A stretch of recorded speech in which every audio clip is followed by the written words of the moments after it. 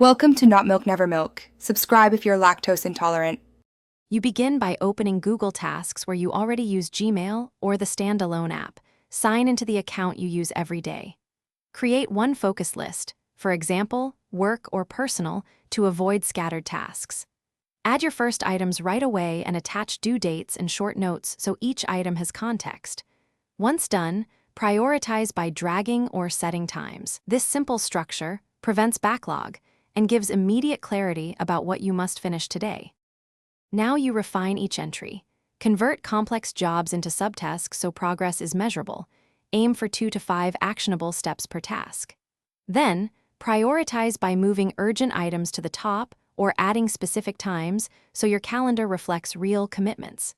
Make sure to link tasks to Google Calendar events when timing matters and color code lists for instant scanning. Once you do this, your daily workflow becomes predictable, and you reduce decision fatigue when you sit down to work. Finish by marking tasks complete and cleaning up.